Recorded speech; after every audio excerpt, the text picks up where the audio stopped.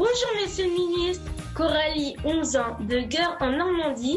Est-ce que vous pouvez me dire comment ça va se passer quand on va reprendre l'école? On est en train de regarder avec le ministre des Écoles, Jean-Michel Blanquer, comment est-ce qu'on va pouvoir ouvrir les écoles, dans quelles conditions, est-ce qu'on ouvre tout d'un coup, est-ce qu'on ouvre petit à petit, est-ce qu'il y a des cours comme avant tous les jours, ou est-ce qu'on y va tout doucement?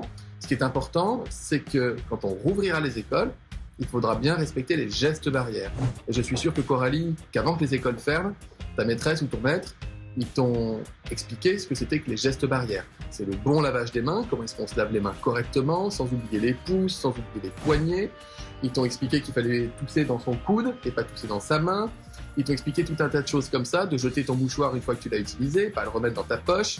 Et tous ces gestes barrières, ils seront très importants. Et puis pour le reste, l'idée c'est que tu puisses recommencer à apprendre à l'école, même si je sais que tu dois faire l'école à la maison, en Normandie, comme ailleurs en France, avec tes parents et avec l'aide de tes profs aujourd'hui.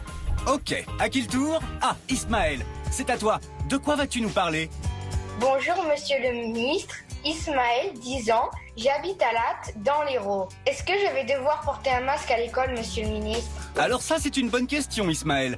Pour l'instant, le masque n'est pas obligatoire, mais tu sais, dans certains pays, c'est une habitude de porter un masque. Par exemple, au Japon, dans les transports en commun, les personnes portent des protections sur le visage. Donc là-bas, si tu as une grippe ou un rhume, tu mets un masque, comme ça tu ne contamines personne. Mais laissons répondre Monsieur le Ministre pour le port des masques à l'école. Bonjour Ismaël. Porter un masque, ça peut être intéressant. Après, il faut qu'on regarde.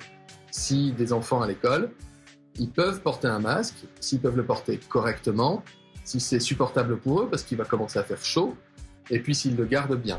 Et figure-toi que la question que tu te poses, on se la pose aussi. Et la réponse, elle n'est pas simple. Et du coup, ce qu'on fait, c'est qu'on demande aux scientifiques, on demande aux médecins de nous dire si d'après eux, c'est bien ou non que les enfants ils portent des masques à l'école, et si d'après eux, on peut demander à tous les enfants de porter toujours un masque à l'école. J'ai pas encore la réponse, mais tu as vu qu'on y réfléchit, et tu auras la réponse de toute façon avant de retrouver le chemin de l'école. Merci Monsieur Véran, c'est beaucoup plus clair. Allez, tout de suite, une question de Flore, 6 ans, qui habite Pau et qui a aussi une question pour vous. Monsieur le ministre, vous n'êtes pas trop fatigué? Figure-toi, Flore, que j'ai une petite fille qui s'appelle Nina, qui a 6 ans aussi, et qui m'a posé la question hier soir au téléphone parce que je suis loin de mes enfants et que je leur parle par vidéo tous les jours, et elle m'a posé la question. Et je vais te faire la même réponse qu'à elle. Ça peut m'arriver d'être fatigué, mais je prends soin de moi parce que la mission qui est la mienne aujourd'hui, elle nécessite que je sois toujours en forme. Donc je fais attention, mais je dors pas beaucoup. Mais c'est pas grave, moi j'ai pas besoin de beaucoup dormir. Mais merci pour ta question. C'est vrai, il faut prendre soin de soi. Et maintenant, c'est au tour d'Alma qui est près de Lyon. Monsieur le ministre, est-ce que c'est vrai qu'un docteur à Marseille a trouvé un médicament?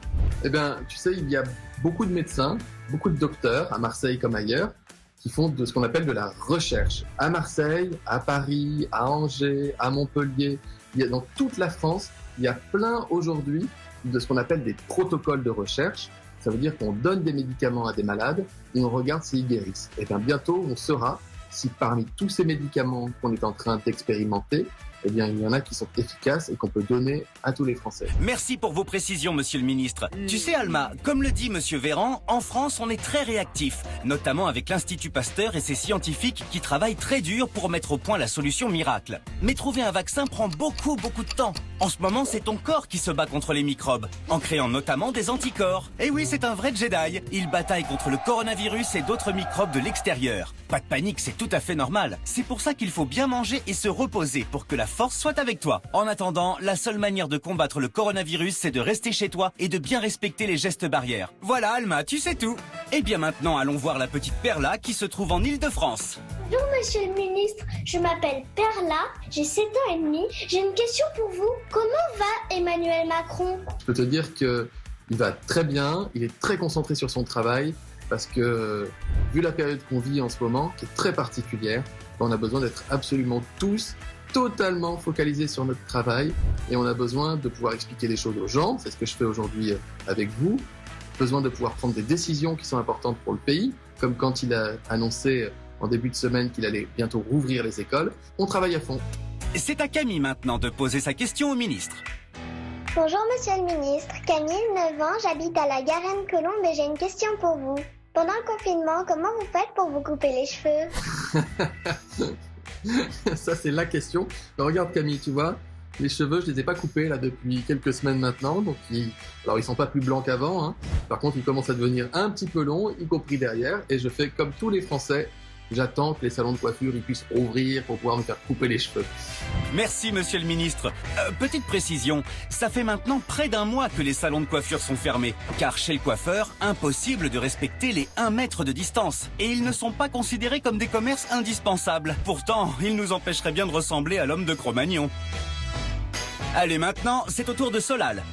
Bonjour, moi je m'appelle Solal, j'ai 8 ans, j'habite à Vincennes. Est-ce que les malades qui n'ont pas le coronavirus peuvent se faire soigner quand même à l'hôpital?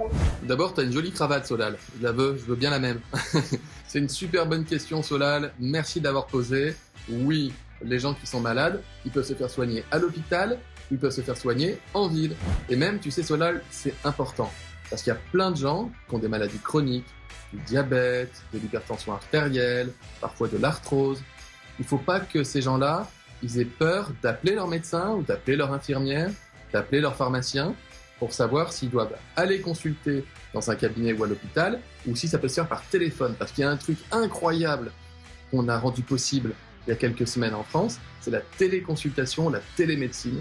Maintenant, on peut même faire des consultations par téléphone ou comme on le fait, toi et moi en ce moment, par l'intermédiaire d'un écran d'ordinateur ou d'un téléphone. Et c'est très important de continuer à se faire soigner. Merci, monsieur le ministre. Le message est passé. Maintenant, c'est au tour de Tom qui est confiné à Paris. Quand est-ce qu'on va pouvoir retourner voir des matchs de foot, monsieur Véran? Alors Tom, si tu veux retourner voir un bon match de foot, déjà je te conseille plutôt d'aller à Lyon ou à Saint-Etienne. Non, ça c'était pour la petite blague. Mais bien sûr que c'est important d'aller voir des matchs de foot. C'est important aussi d'aller dans les musées, c'est important d'aller au cinéma, c'est important d'avoir des sorties en famille. Si on essaye, si on fait le maximum aujourd'hui en restant chez nous pour lutter contre le coronavirus, c'est pour qu'on puisse le plus rapidement possible reprendre une vie normale et qu'on puisse aller soutenir nos équipes de foot préférées, qu'on puisse aussi faire du foot, tout simplement dehors avec les copains. Donc l'idée, c'est vraiment qu'on sorte de l'épidémie le plus vite possible pour que tu puisses aller voir tes matchs. Et la dernière question de cette conf est posée par Naël. Bonjour à l'OCU. Alors je me présente, je m'appelle Naël, j'ai 11 ans et j'habite à Marseille. Monsieur le ministre, quelle est la première chose que vous allez faire après le confinement? Alors sincèrement, 2 réponses. Comme ministre, la première chose que j'irai faire, c'est sûrement aller saluer des équipes soignantes dans un hôpital, parce que je bouge pas beaucoup. Moi, je suis un peu confiné ici dans mon bureau au 7e étage, et mon appartement où je dors, il est juste à l'autre bout du couloir.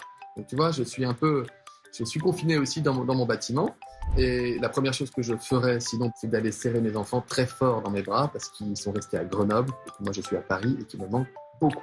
Merci, monsieur le ministre, de nous avoir reçus. Un dernier message avant de partir? Pour les enfants, j'espère que ça vous aura intéressé, j'espère que ça vous aura plu, j'espère que ça vous aura rassuré. Continuez de vous laver les mains, continuez d'apprendre les gestes barrières, vérifiez que vos parents les respectent aussi bien, parce que c'est important. Et puis surtout, on continue de rester chez nous pendant encore quelques semaines. Ça peut être long, ça peut être pénible, mais c'est super important et c'est super efficace. Merci d'avoir répondu à nos questions et au revoir. Ciao, Oku, à bientôt.